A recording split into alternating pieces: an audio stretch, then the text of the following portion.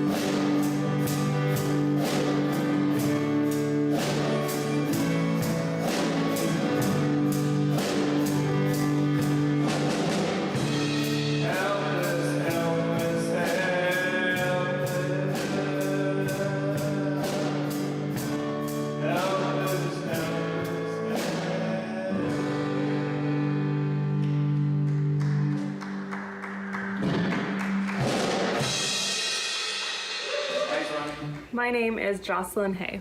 I was born and raised in Barrie, so naturally, the MacLaren Arts Centre has been part of most of my life. Currently, I volunteer as co-chair of our annual Black Tie Gala committee. In college, I took a placement at the MacLaren writing a curriculum for early childhood art programs. In high school, I completed my community service hours at the centre, which later landed me my first job at the gallery shop. Even before that, in elementary school, I remember the MacLaren's Van Gogh program coming in to teach us art classes. Looking back, I realized that my earliest learning of Indigenous culture was actually from the Van Gogh program. We learned how to use oil pastels and create our own renditions of Norval Morrisseau's famous Canadian Indigenous artwork. The first time I learned about the Group of Seven was from the Van Gogh program.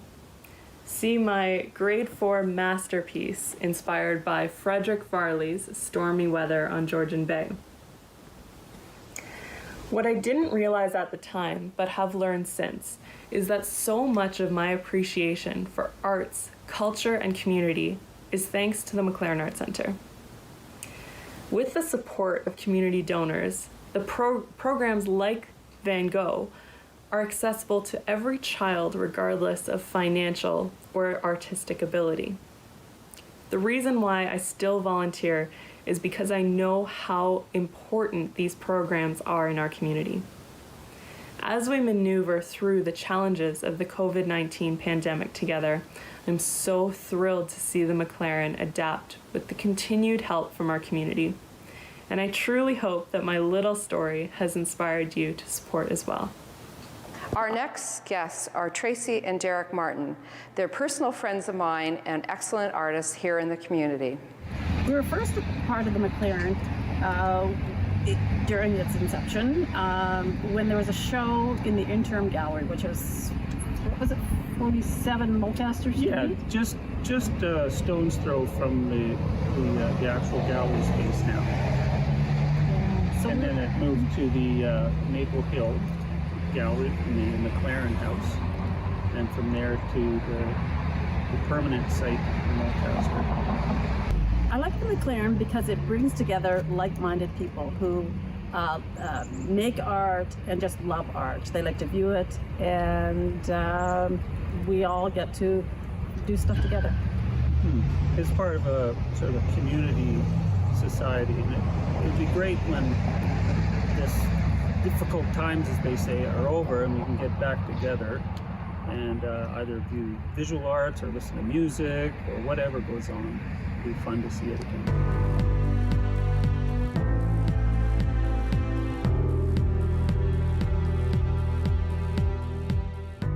We have another musical act for your enjoyment, Face the Lion.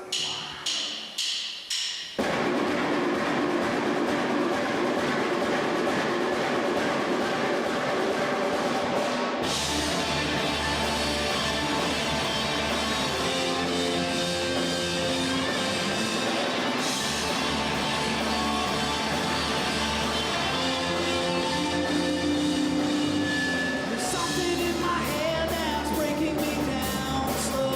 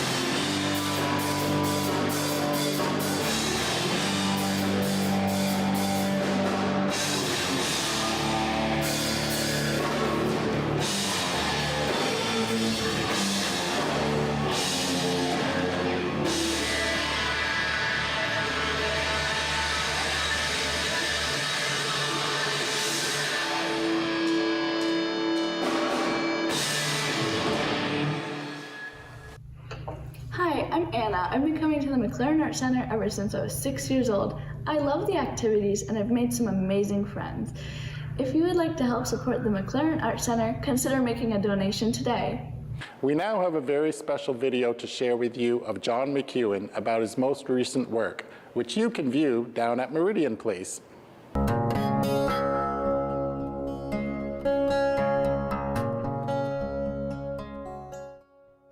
This is a village called Hillsdale. It's halfway between Lake Simcoe and Georgian Bay.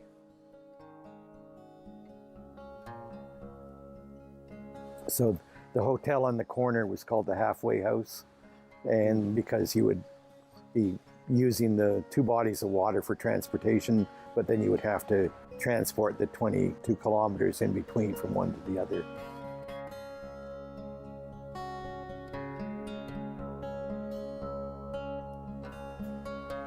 I had been in the city well, I graduated from the art college, Ontario College of Art, in 1970, and then I worked with the group of people that started A-Space, and then I went to the country and worked for a veterinarian for 6 months, and then I bought this building.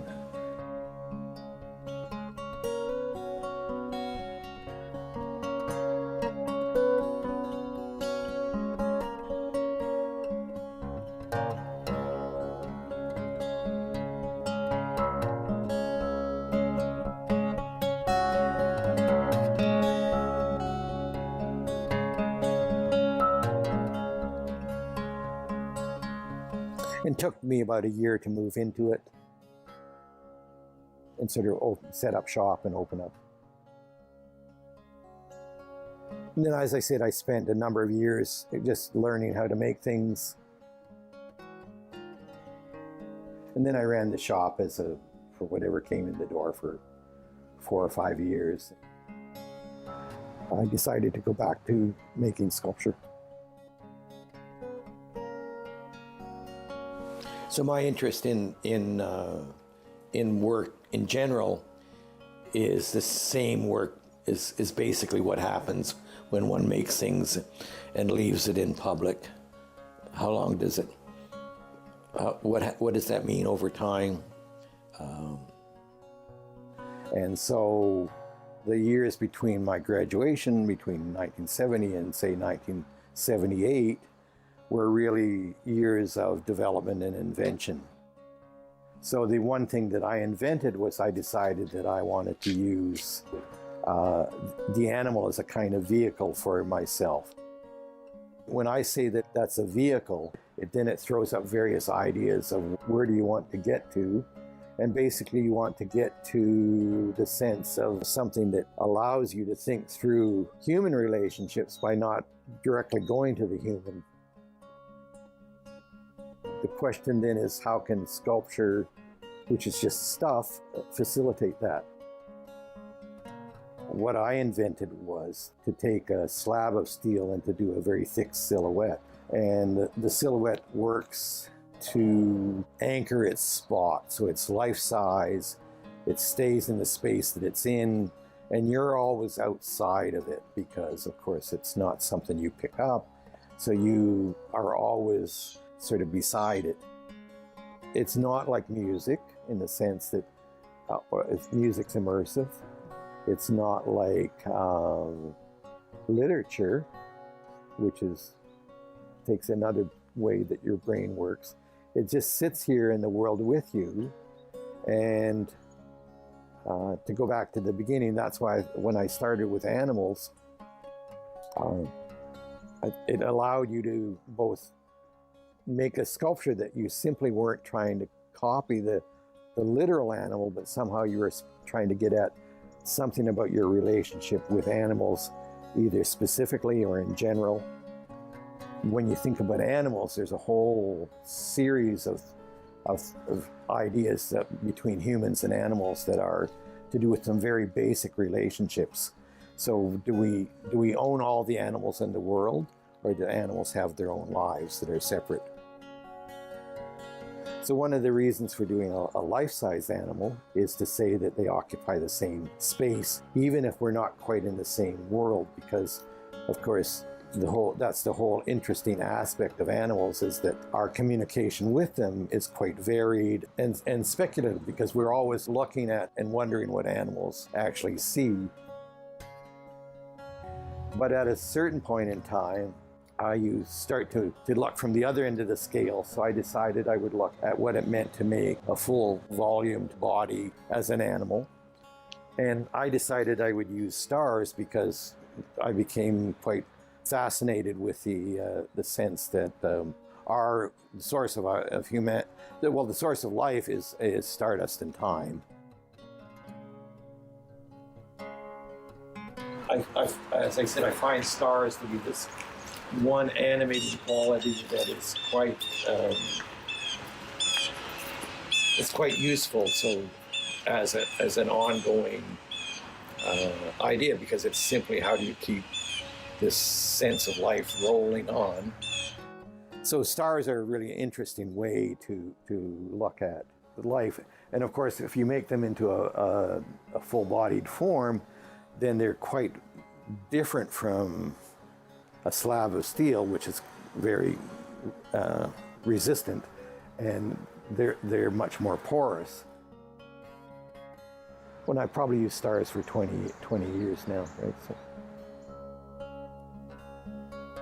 So my sense of sculpture being in public, so we're talking about making public sculpture, is that it can go on, it's sturdy, it can stay in public, and over time it can evoke these various kinds of relationships depending on how you come across it and think about it.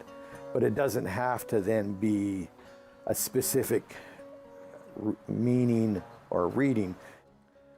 So that's one of the interesting things about time that takes place with public art, because trees can grow and all of a sudden, like, you're beating back all the bushes, you know, and then if you're in Toronto, condos can grow and they're harder to beat back, obviously.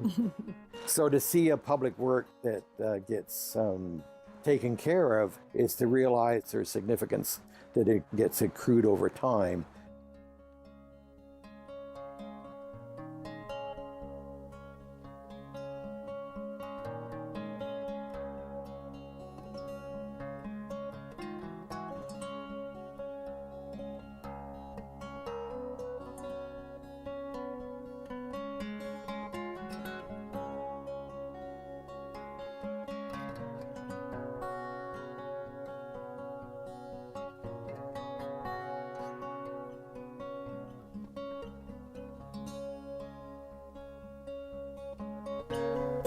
So when the Bob Hunter family wanted to do a memorial, and they didn't want to simply represent Bob Hunter, they said, what can you do that gives something, evokes something about his spirit and what he desired for as a performance space, and which gets you into the idea of how does a performance space work.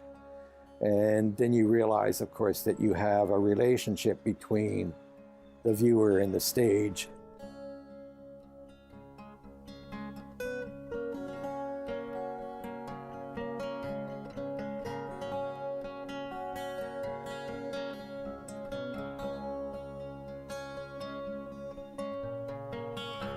I ended up taking the trumpet and making two trumpets back to back, being held together by a split heart to structure them. By doubling the horns, you end up with the idea that the relationship is a two-way street between the stage and the spectator. And that's allows you to sort of both think about the object, but somehow think about the relationships between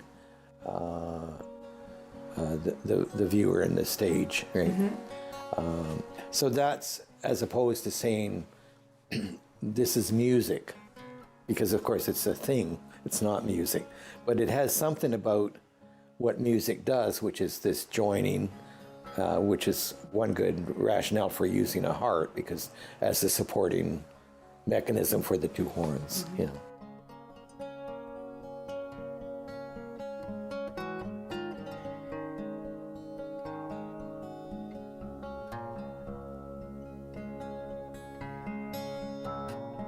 The interesting thing about stars is they give you that visceral sense of porosity always. So you think of that feeling in the context of what maybe Bob Hunter thought about when he made music, or when he imagined a stage that Barrie musicians could play on.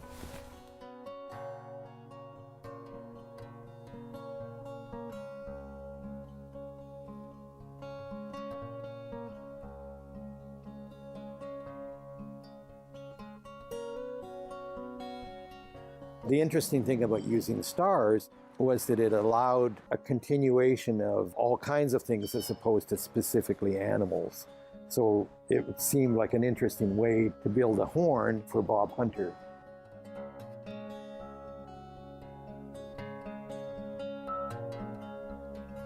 It's unlike a museum where a piece may be on display for a short time or a long time. It's always on display. And so one's coming and going from it allows for the full range of thoughts, thinking about it. So you can think about the individual, and by and large, we think about the individual by attaching his name to it, which we've done.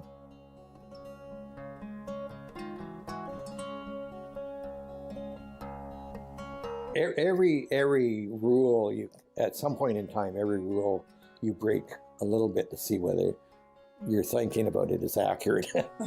But if you can have the confidence to work with material that does something very significantly important.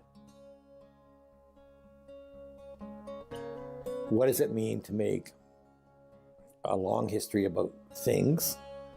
How many things, how can you articulate the range that takes place in those things, right? You know, and so that's basically what I've spent most of my working life exploring.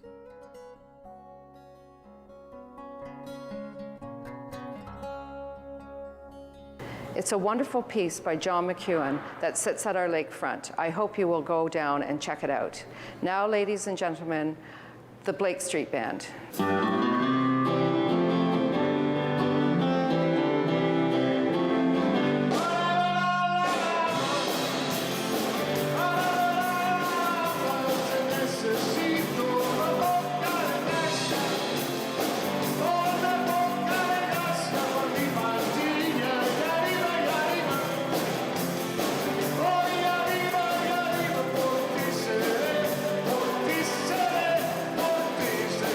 Yo no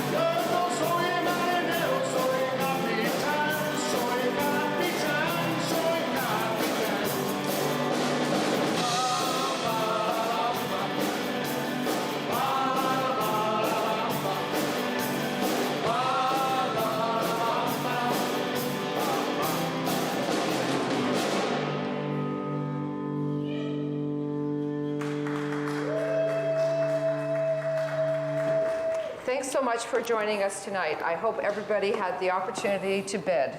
Now more than ever, the MacLaren Art Center is relying on your support. And time's running out. If you want to get your bid in, go to giverg.ca. Or if you'd like to make a donation to the MacLaren, go to maclarenart.com. Thanks for joining us. Have a great night.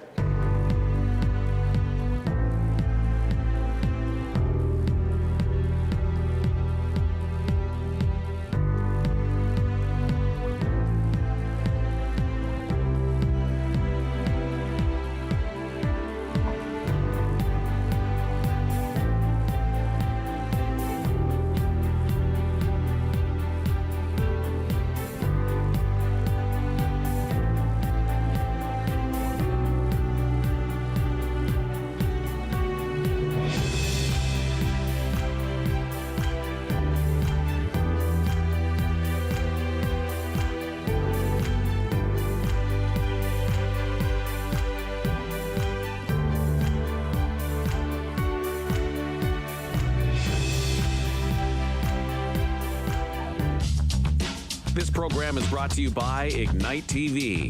Now you're in command. Visit Rogers.com for more details.